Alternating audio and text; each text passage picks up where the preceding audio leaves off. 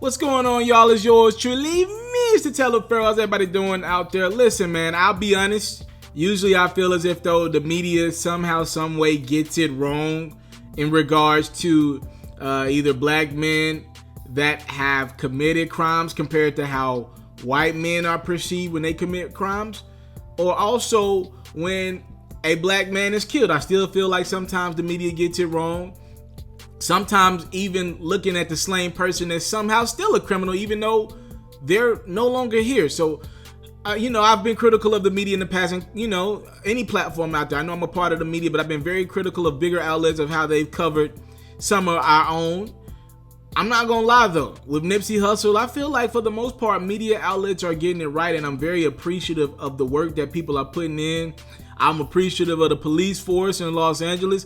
I just feel like people are working hard to get this man's story right and just be appreciative and respectful, of the legacy that was laid and the groundwork that was laid by Nipsey Hussle, God rest the dead, who was killed Sunday in a very unfortunate, stupid incident in his own hood right in front of his Marathon store. Now, I want to give you guys a few more updates on the guy Eric Holder, who is in custody, was arrested yesterday for killing Nipsey Hussle.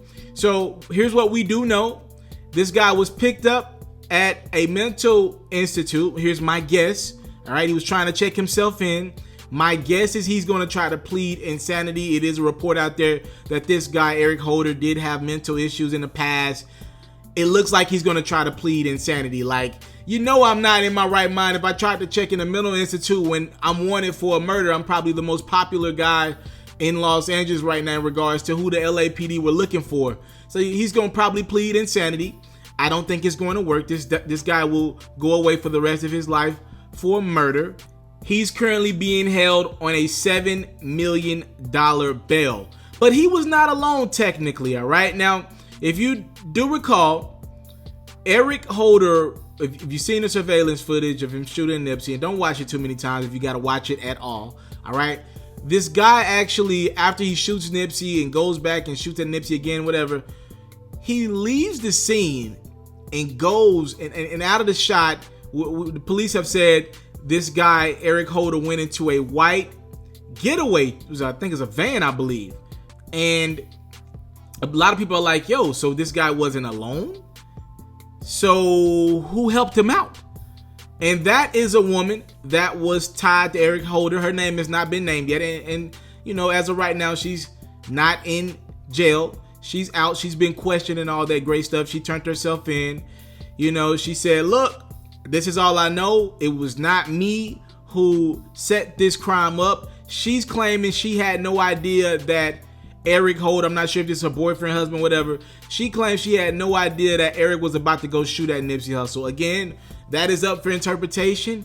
Who knows if she's telling the truth? The world may never know if she's telling the truth or not. But just to make it clear, the getaway driver was a chick, and she has not been arrested of anything. She turned herself into police, and she claims she answered all the questions they asked her, and she said she was just unaware that Eric Holder was going to go shoot at Nipsey on Sunday when he got out of her car. He did get back to her car after the shooting and the murder. She claims she knew nothing about what Eric Holder was going to do. Again, you might believe that, you might not, who knows. Speaking of Eric Holder, I can't update you on his condition and where he's at since he's been arrested yesterday. Right now, he's being held in solitary confinement. Just to be 100% honest with you, LAPD just afraid that somebody's going to do something to him, right? That is literally the only reason why he's in solitary confinement. Sometimes people get solitary confinement as a privilege, right? This is not a privilege. This is trying to keep this guy alive. The sheriff's department and all people involved just believe this guy, if he was in general population, somebody would off this guy. You kill a figure as renowned as Nipsey Hussle, it would just be a matter of time before somebody does something to him. The cops said it literally was a race for them to find this guy before someone on the street took him out. I mean, literally, I've heard rumors of people trying to already do something to this man's family. That woman that was the getaway driver, I hope she's able to keep her identity on the low for her own sake, right? Because I'm gonna be honest with you, if that gets out in the public, and I'm pretty sure that's already around the hood, her life is in jeopardy just for being the person that drove the getaway car, whether you knew or not, of the guy who killed Nipsey Hussle, a respected guy who did a lot for his community and had plans to do a lot more. So this is just one of those things where right now they have Holder in solitary confinement just to keep him away from everyone else, because police still look at it as if like people are trying to do something to him. They don't want him to live. They don't want him to see trial. They want him gone.